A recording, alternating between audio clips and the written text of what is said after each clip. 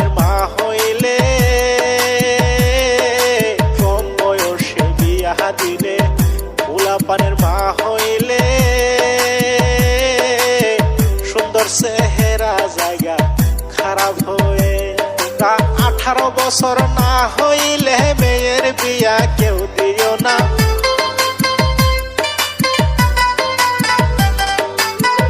18 বছর না হইলে মেয়ের বিয়া কেউ দিও না। বাল্য বিয়া আসাম দেশে বন্ধ করো না, তোমরা বাল্য বিয়া আসাম দেশে বন্ধ করো না।